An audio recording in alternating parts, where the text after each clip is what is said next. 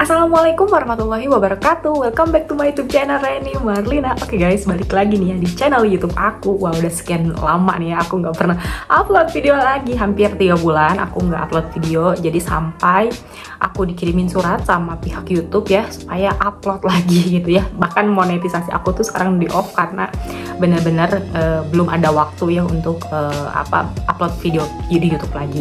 Berhubung saat ini aku lagi ada sesuatu yang mau aku sharingkan ke teman-teman, so stay tune terus, jangan lupa like, comment, dan subscribe dulu.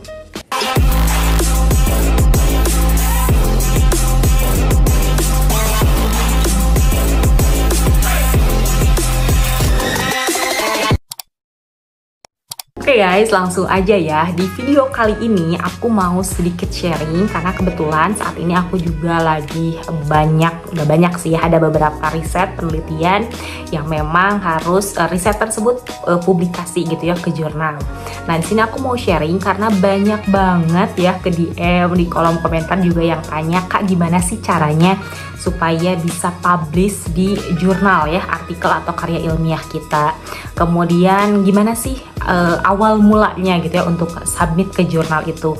Dan mungkin nanti aku akan sharing juga gitu ya, karena sekarang ini ya berdasarkan penelitian aku sendiri ya banyak banget ya jurnal-jurnal predator, yaitu jurnal-jurnal yang memang dia sifatnya tidak berkelanjutan ya atau discontinue, sehingga banyak teman-teman kita ya, terutama mungkin bagi bapak ibu dosen itu yang terjebak ke dalam jurnal predator tersebut ya.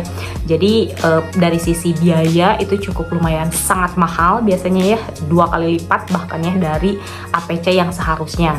Nah, di sini aku mau sedikit sharing buat teman-teman apalagi yang pemula gitu ya. Aku sarankan pertama yang harus teman-teman lakukan adalah rajin mengunjungi rumah jurnal yang akan teman-teman jadikan kajian, jadikan rujukan ya, tujuan untuk artikel ilmiah atau karya ilmiah teman-teman. Pertama itu, jadi dibuka dulu jurnal tersebut ya, bagaimana fokus and scope-nya, apakah relevan dengan bidang ataupun kajian kita. Kemudian dari sisi kontaknya, di situ pasti ada tertera kontak email ataupun nomor handphone ya. Kemudian juga dari sisi kode publikasi etiknya ya, apa aja sih syarat dan ketentuan untuk artikel kita atau karya ilmiah kita itu bisa publish di jurnal tersebut ya. Ini khusus untuk jurnal yang sudah terakreditasi Sinta ya. Biasanya jurnal itu banyak banget yang nanya ke aku bayar apa enggak ya. Jawabannya dua-duanya ada.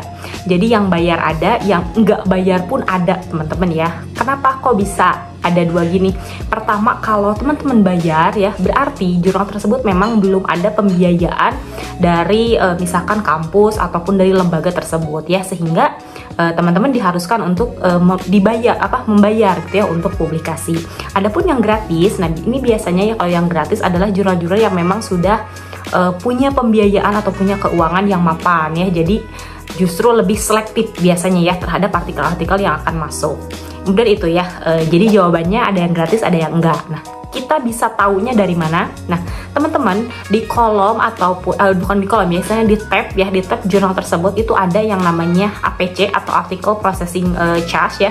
Itu teman-teman dilihat ya berapa. Biasanya dalam bentuk USD ya. Ada yang $100 khusus untuk mungkin setara Sinta 2 ataupun sampai Sinta 6 itu biasanya ada yang berbayar, ada yang gratis ya. Dan itu nominalnya itu langsung disebutkan di situ ya. Kalau misalkan 0 APC ya berarti itu gratis ya. Artikel submit, berarti pada saat teman-teman submit itu gratis. Semua jurnal rata-rata gratis pada saat submit. Tetapi pada saat proses untuk publikasi, kalau artikel teman-teman sudah accepted nih, udah diterima, nah itu baru ada APC namanya ya, artikel untuk publikasi. Dan itu beda-beda ya, ada yang gratis ya, ada juga yang dibebankan. Dan itu range harganya tergantung akreditasi dari jurnal itu sendiri ya.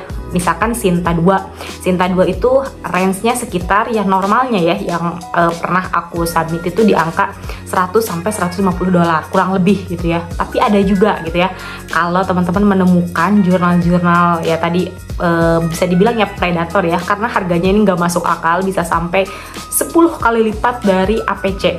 Nah itu kenapa? Nah itu biasanya APC tersebut itu mereka dapatkan dari pihak ketiga, bukan dari orang jurnalnya langsung ya. Jadi saya sarankan untuk teman-teman sebelum submit itu harus dicek dulu ya, fokus and scope-nya apa, kemudian syarat dan ketentuannya, kemudian APC-nya dilihat di website jurnalnya. Kemudian yang selanjutnya nih yang paling penting adalah kontak ya. Ini jarang banget ya diabaikan, kadang kita maunya cepat gitu ya. Nah teman-teman di sana tuh kan ada kontak, itu biasanya ada email ataupun nomor handphone. Nah setelah kita submit ya, bikin akun di jurnal tersebut, itu kita diharapkan untuk menghubungi orang yang ada di jurnal tersebut ya. Kalau pakai pihak ketiga atau misalkan ya bisa dibilang joki ataupun apa calo, itu saya tidak rekomendasikan ya, karena memang dari sisi harga itu biasanya ya tadi ya 2 kali lipat bahkan lebih besar gitu teman-teman. Nah, ini juga ada indikasi bahwa kalau misalkan kita pakai pihak ketiga itu bisa ya tadi ya jurnalnya predator, jurnalnya discontinue dan lain sebagainya ya. Jadi saya sarankan untuk teman-teman pemula, khususnya bagi Bapak Ibu dosen mungkin ya yang saat ini lagi ada kebutuhan untuk sertifikasi sehingga harus publish ke jurnal gitu ya, kan pengennya cepat-cepat ya. Jurnal itu yang nggak ada yang cepat sebenarnya ya, itu normalnya itu paling 3 bulan itu udah paling cepat sebenarnya ya. Mungkin ada istilahnya jalur fast track. Fast track ini adalah jalur yang maksudnya reviewnya lebih cepat ya, bukan langsung submit langsung publikasi, enggak gitu ya teman-teman, tapi beda dengan jalur yang lain. Nah ini biasanya ada harga spesial gitu ya teman-teman, maksudnya dari harganya, tetapi balik lagi ya, itu harus dari orang jurnalnya langsung ya, tidak boleh dari pihak ketiga ya. Mungkin itu dulu, sekian ya, agak buru-buru nih aku ngomongnya teman-teman ya, karena banyak banget yang nanya-nanya ke aku ya. Jadi pastikan, aku saran yang paling penting adalah jangan pakai pihak ketiga ya teman-teman, submit mandiri kepada jurnalnya langsung ya. Semangat!